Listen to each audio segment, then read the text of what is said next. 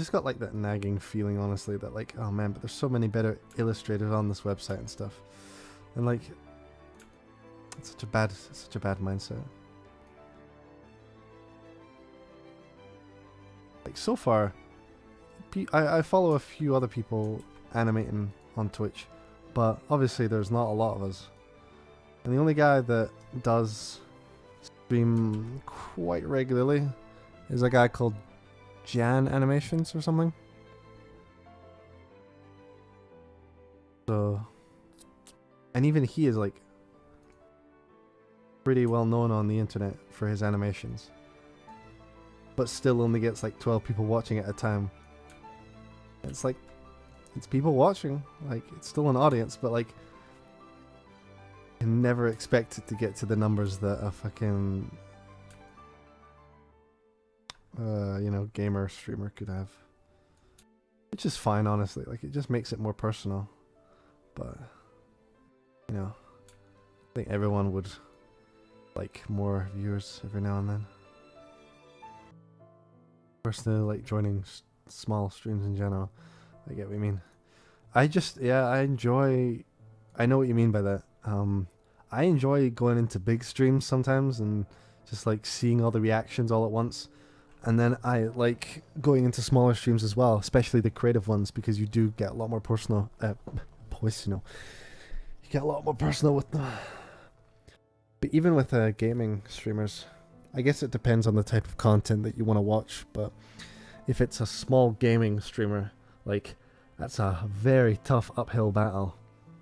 Out of the millions of channels on Twitch just playing games, and it's like you're trying to make it in that. It's like you gotta have a very strong personality to make it in that. But with the creative section, you can just display your talent and show your workflow and stuff. I only recently learned about the competitor to Twitch by Microsoft, which is Mixer. I had never heard of it before, but it just caters towards games. I don't know who like is big on that at all, and don't even know why you would stream on Mixer. Like, they're just trying to be a competitor, but like, who is going to Mixer apart from Twitch? I like Twitch personally because it has a lot of the feel that at least current Twitch right now has a lot of the feel that YouTube used to have, which is that you could customize like your background, and if you fucking like put the annotation in at the right time and stuff, you could get the video to loop, and it wasn't just like an automatic option and stuff. And it was a lot about like learning the techniques and doing cool tricks and working with the website to try and get a very nice design.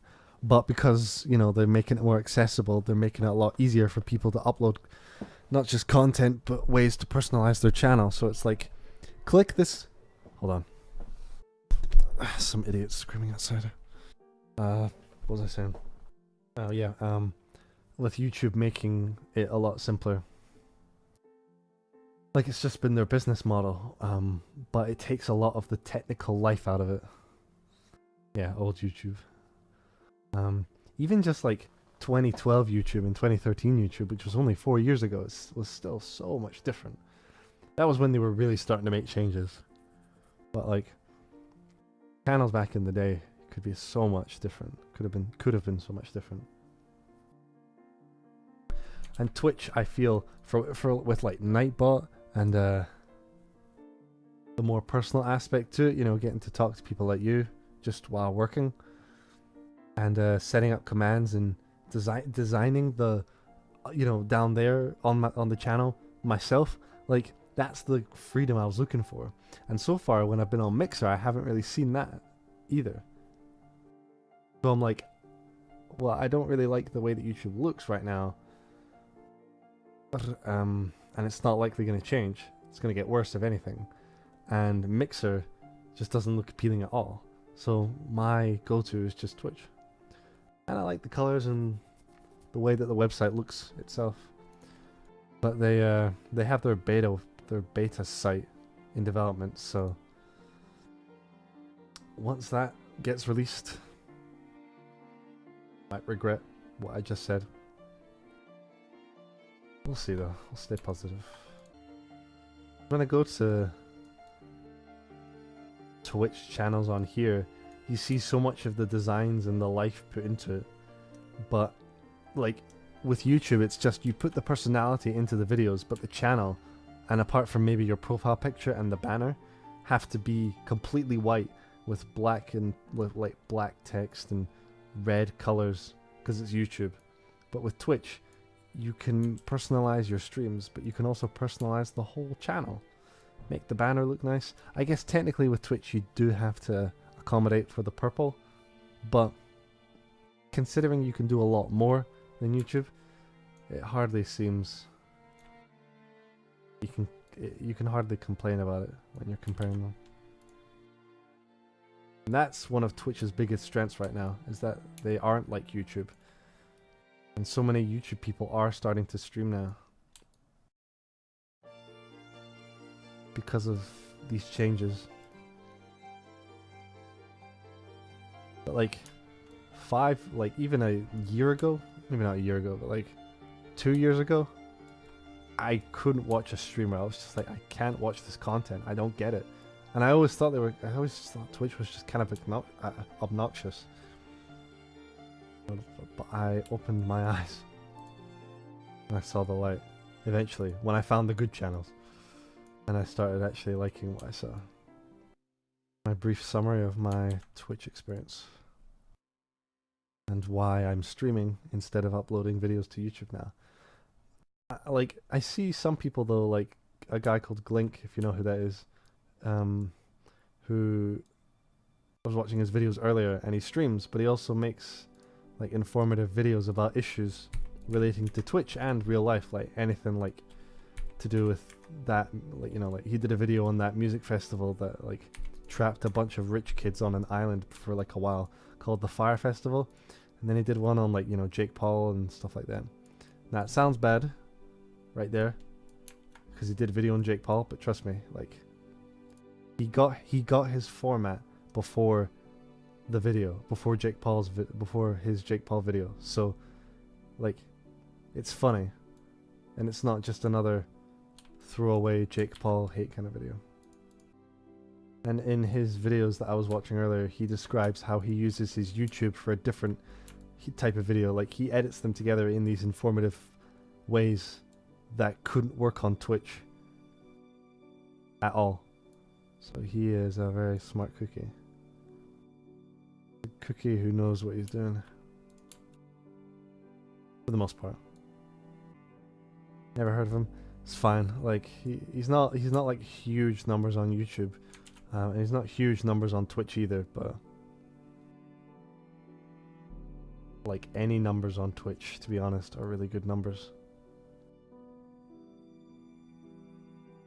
I mean, I can try shouting him out, but let me just make sure I can find his channel. Link live, right?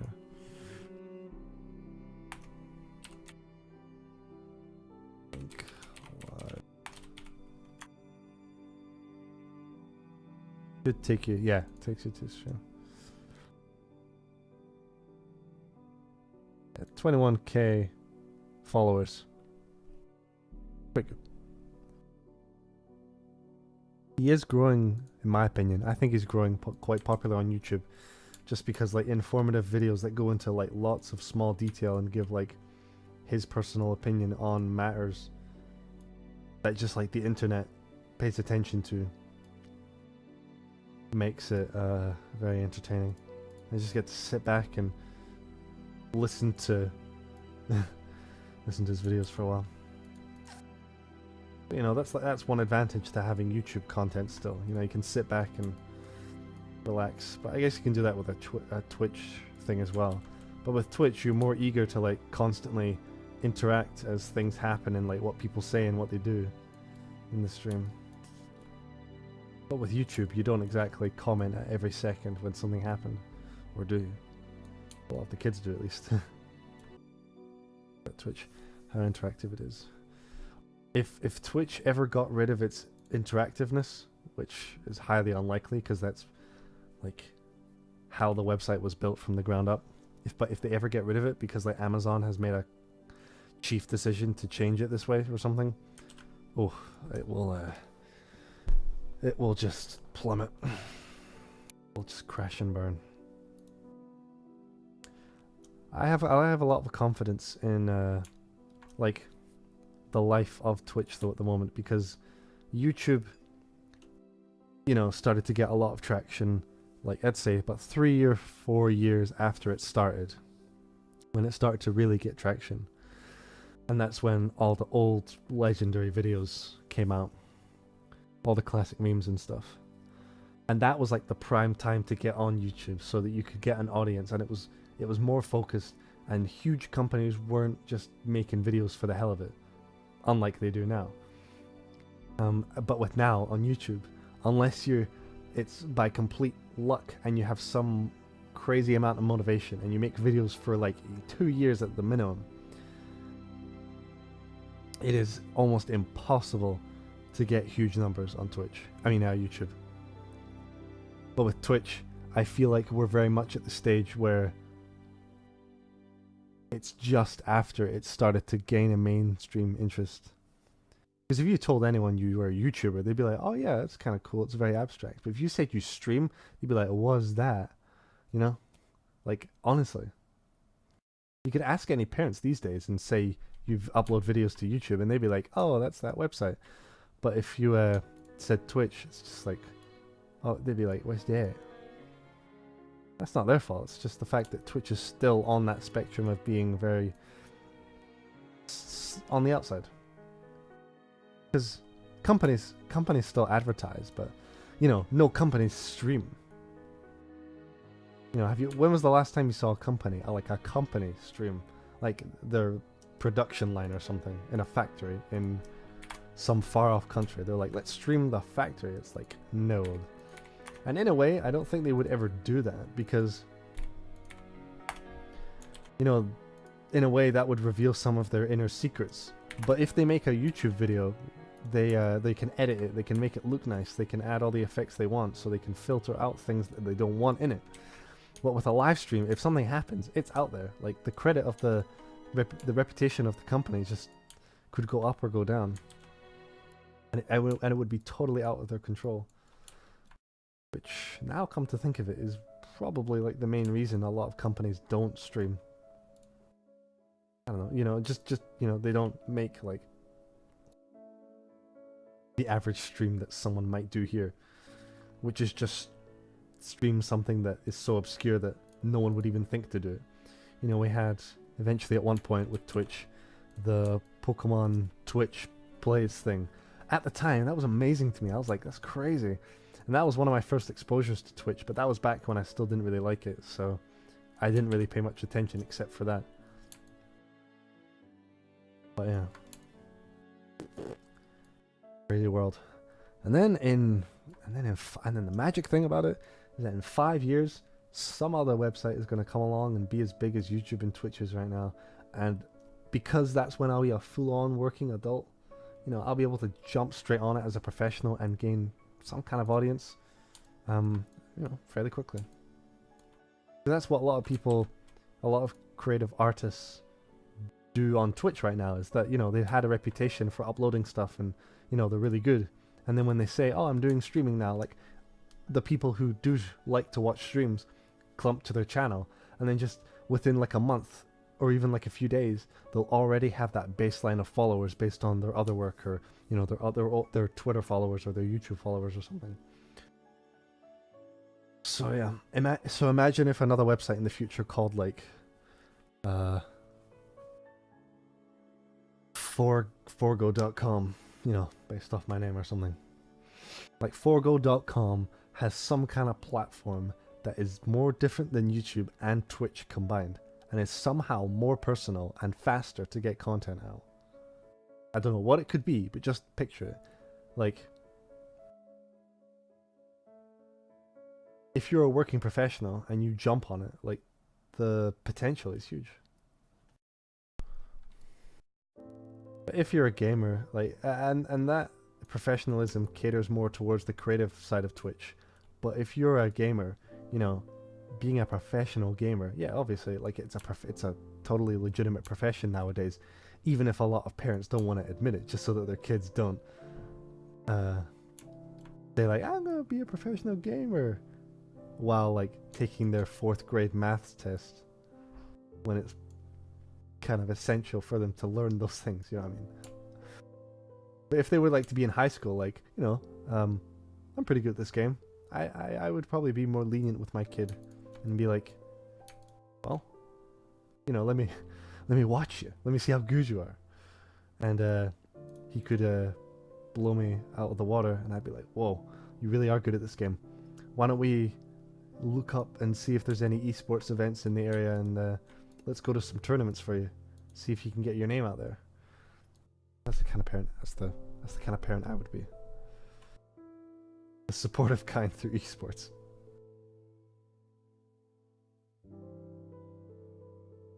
Kind of trailed off there, but you get the idea. But you could come to this website as a professional artist, or even an amateur artist. New gen parent, exactly. Like it legit is. Like it legit could be a new gen kind of parent. But yeah, you can come here as a professional artist or an amateur artist, and you both have an equal opportunity to get followers, because it's so much more personal.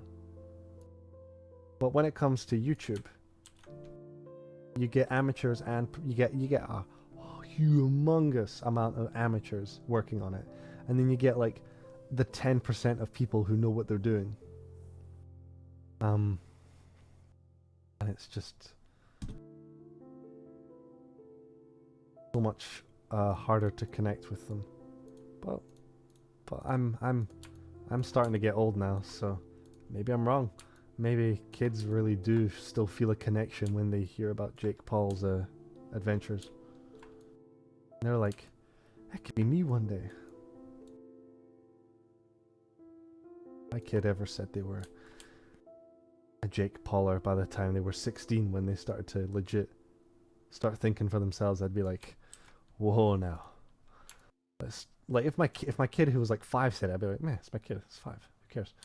But if my 16-year-old was like, I'm gonna do this full time, I'd be like, whoa son. Like, just think about it before you do it. Like, I'll support you no matter what, because that's what my parents have done. But when I am a parent, obviously you're supposed to just think about your, not just your future, but their future. It's like, you can try and be a professional gamer if you want. You gotta prove it.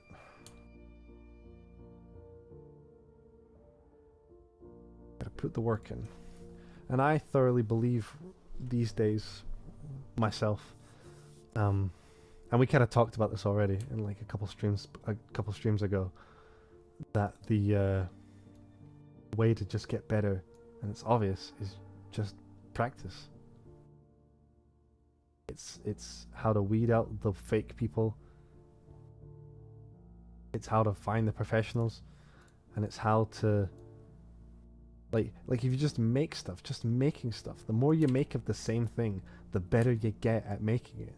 Like, just naturally, you'll be like, I want to make my 500th sculpture.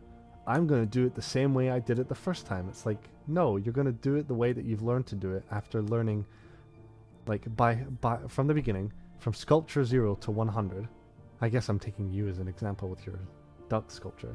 From 0 sculptures to 100, you will have changed a lot. And then within 100 to 200, maybe you will have got like a sub button or something, and you've changed a lot, and your motives have changed as well. So the way that you do your work, you're like I have an audience now, and I have a sub button, which means I can earn money. Like, I want my audience to feel like they're paying for something that's worth their time. So you put more effort into the stream, you learn about quicker ways of sculpting, you maybe make more complex sculptures, and then that in turn makes your portfolio better, and that makes you as a creative person better. And just the thing that made it happen was that you just did it. You didn't care how it turned out, you just made it. And that's something that bugs everyone now. And will for the rest of our lives. But when we get to that point, when we maybe feel like we've done enough and we get that first Oscar or that first award that really means something, it's like, are we going to stop at that point? Are they just going to keep making stuff? Like, you have to make a choice at that point. It's like, you've got the recognition you've wanted. What do you want to do now? It's like, well, I don't know. Maybe I want to travel the world. And it's like, okay, well, you know, you've saved a lot over the years. You've got lots of friends. And you've made a lot of good investments. You know, like go out and do the stuff that you didn't do when you were younger because you were working so much. And so much of the reason that people don't practice and put on the work or put out work is just because there's so many trolls on the internet now, and that are legitimate kids just looking to get a laugh, who don't give a single fuck about anything because they don't have to. It will be interesting to see what website comes along though to kind of start competing with Twitch and YouTube. What it could be, but Twitch had to start from somewhere to be able to compete with YouTube. And I mean, there's websites right now like VidMe that I've been hearing about, and like that's almost its own thing. But VidMe would have to have a very unique aspect to it, like Twitch does, in order to stand out. Because if it's just going to be another place to upload your videos, I don't know. Don't know if it will last as long as. Then eventually some big company will buy them out if they get enough users, and then they can just let the company worry about their fan base. Let's go on VidMe right now, see what there is on the front page. Okay, their slogan. Oh, that's cute. Make friends. Oh no, make videos, make friends, make money. Get paid by your fans. Accept money from your fans through monthly subscription and tips. Oh. I mean, that's kind of like Twitch. Hold on. Put it over here. Get paid by your fans. Accept money from your fans through monthly subscription and tips. Create exclusive videos. Publish videos that only your paying subscribers can access. Okay, that's like Patreon. Make money with ads. That's like YouTube. Human powered help. You'll always talk to a real human when you need something. That's absolutely its own thing. Like, I can't think of many big websites like YouTube that can compete with that. An easy transfer from YouTube. Upload your videos from YouTube with a quick copy and paste of the video links. Really? They're actually marketing themselves as another place to put your YouTube videos. And find new fans. Join a growing community of millions of active members. Oh, millions.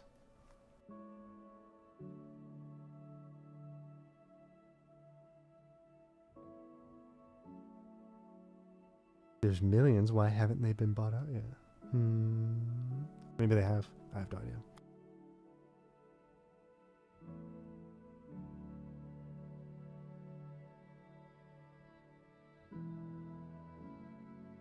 Trending page.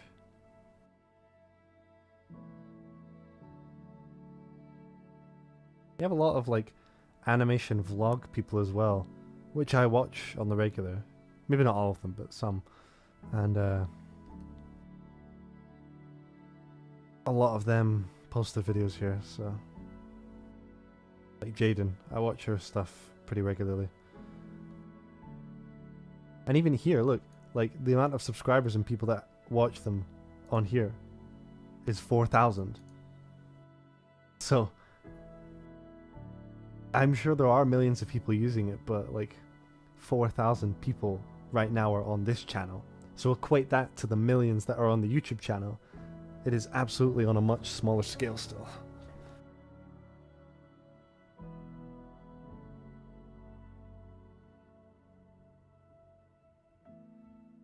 Honestly, a big billionaire should just like start sort of a website and market it as like the first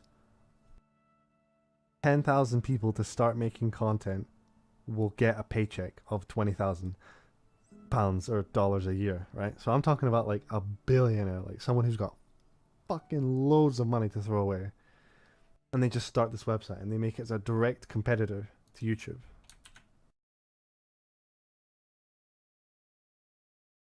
Damn, indeed. What happened?